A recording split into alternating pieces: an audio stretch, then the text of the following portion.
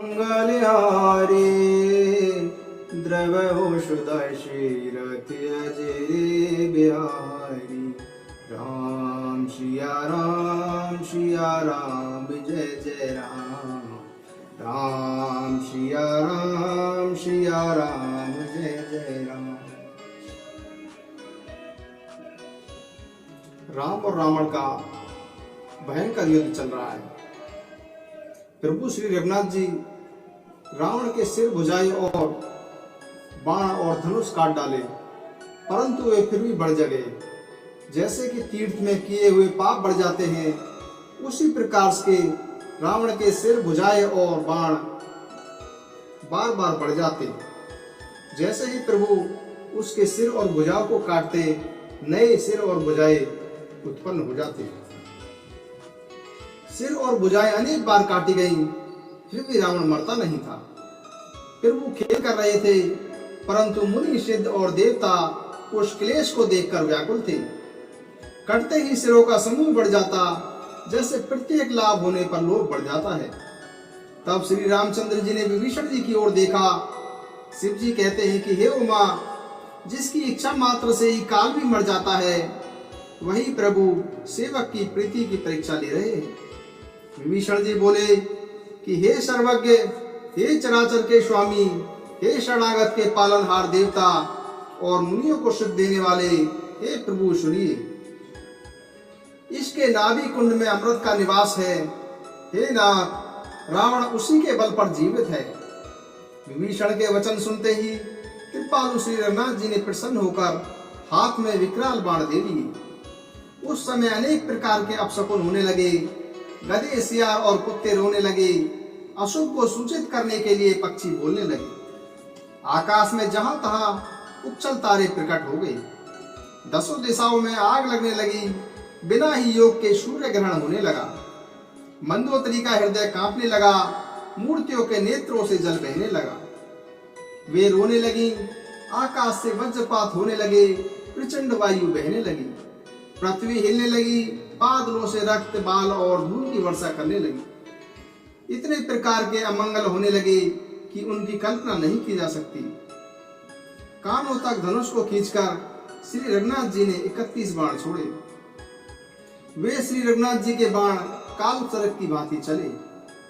एक बाण ने नाभि के अमृत कुंड को सोख लिया। दूसरे 30 बाण कोप करके उसके सिरों और भुजाओं में लगे। बाण सिरों और भुजाओं को लेकर चले। सिरों और भुजाओं से रहित धड़ पृथ्वी पर नाचने लगा। धड़ इतने प्रचंड वेग से दौड़ने लगा कि धरती धसने लगी। तब प्रभु श्री राम जी ने बाण मारकर रावण के दो टुकड़े कर दिए। मरते समय रावण गरज कर बोला कि राम कहाँ है, मैं ललकार कर उन्हें युद्ध में मारूंगा। रावण के गिरते ही पृथ्वी हिल उठी।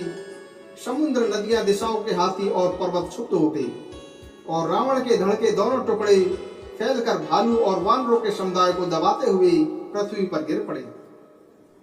रावण की भुजाओं और सिरों को मंदोदरी के सामने रखकर राम बाण उधर चले जहां श्री राम जी थे। सब बाण जाकर तर्कस में प्रवेश कर गए। यह देखकर देवताओं ने नगाड़े बजाए। रावण का तेज प्रभु के मुख में समा गया। यह देखकर शिव जी और ब्रह्मा जी प्रसन्न हुए। ब्रह्मांड भर में जय जय की ध्वनि भर उठी कि प्रबल भुजदंडों वाले श्री रघुवीर की जय हो। देवता और मुनियों के समूह फूल बरसाने लगे और कहने लगे कि कृपालु की जय हो, मुकुंद की जय हो, कृपालु की जय हो। श्री रामचंद्र जी के अंगों में कामदेव की शोभा प्राप्त हो गई। सिर पर जटाओं का मुकुट था, जिसके बीच बीच में अत्यंत मनोहर पुष्प शोभायमान थे। मानो नीले पर्वत पर बिजली के साथ नक्षत्र भी सुशोभित हो रहे हों। श्री राम जी अपने भुजदंडों से बाण और धनुष फिरा रहे थे। उनके शरीर पर रुद्र के कण अत्यंत सुंदर लग रहे थे। मानो तमाल के वृक्ष पर अनेक चिड़िया सुख में मग्न होकर निश्चल बैठी हों। प्रभु श्री रामचंद्र जी ने कृपा दृष्टि की वर्षा करके देह समूह को निर्भय कर दिया। वानर, भालू सब हर्षित हुए और सुखधाम मुकुंद की जय जय पुकारने लगे। पति को सर को देखते ही मंदोदरी व्याकुल और मूर्छित होकर धरती पर गिर पड़ी। स्त्रियां रोती हुई दौड़ी और मंदोदरी को उठाकर रावण के पास ले आई। पति की दशा देखकर वे पुकार पुकार कर रोने लगी। उनके बाल खुल गए, देह को संभाल नहीं रही। वे अनेक प्रकार से छाती पीटती हुई और रोती हुई रावण के प्रताप का बखान करने लगी। वह कह रही थी कि हे नाथ, तुम्हारे बल से तो पृथ्वी भी कांपती थी। अग्नि, चंद्रमा और सूर्य तुम्हारे सामने तेजहीन थे। शेष जी और कच्छप भी जिसका भार नहीं सह सकते थे, तुम्हारा वही शरीर आज धूल में भरा हुआ पृथ्वी पर पड़ा है। वरुण, कुबेर, इंद्र और वायु, इनमें से कोई भी तुम्हारे सामने ठहर नहीं सकता था। हे स्वामी, तुमने अपने भुजबल से काल और यमराज को भी जीत लिया था, वही तुम आज अनाथ की भांति पड़े हो। तुम्हारी प्रभुता तो संसार में विख्यात थी। तुम्हारे पुत्रों और कुटुंबियों के बल का वर्णन नहीं किया जा सकता। श्री रामचंद्र जी से विमुख होने के कारण ही तुम्हारी यह दुर्दशा हुई है। आज कुल में कोई रोने वाला भी नहीं बचा। हे नाथ, विधाता की समस्त सृष्टि तुम्हारे वश में थी।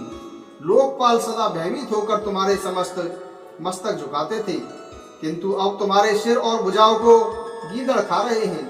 राम से विमुख होने के लिए ऐसा होना उचित ही है।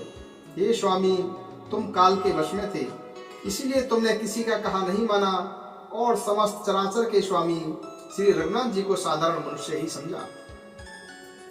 हे नाथ, श्री रघुनाथ जी के समान कृपा सागर दूसरा कोई नहीं है। जिन भगवान ने तुम्हें वह गति दी जो योगियों को भी दुर्लभ है। मंदोदरी के वचन सुनकर देवता, मुनि और सिद्ध सभी प्रसन्न हुए।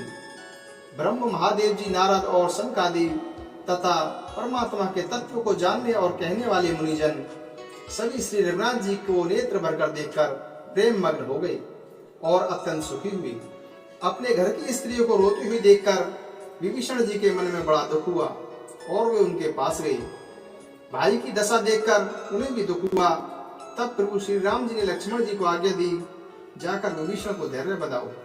लक्ष्मण जी ने उन्हें अनेक प्रकार से समझाया और विभीषण प्रभु के पास लौट आए। प्रभु ने उनको कृपा दृष्टि से देखा और कहा कि सब शोक त्याग कर रावण की अंत्येष्टि क्रिया करो। प्रभु की आज्ञा मानकर तथा देश व काल का विचार करके विभीषण जी ने विधि पूर्वक सब अंतिम क्रियाएं की। जय श्री राम। मंगले भवने अमंगले हारे, द्रवो सुदशरथ अजरे बिहारी। राम सिया राम, सिया राम, जय जय राम।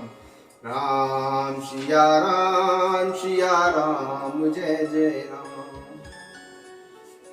जब जब होए धर्म की हानि, बाढ़ी असुर अदम अभिमानी।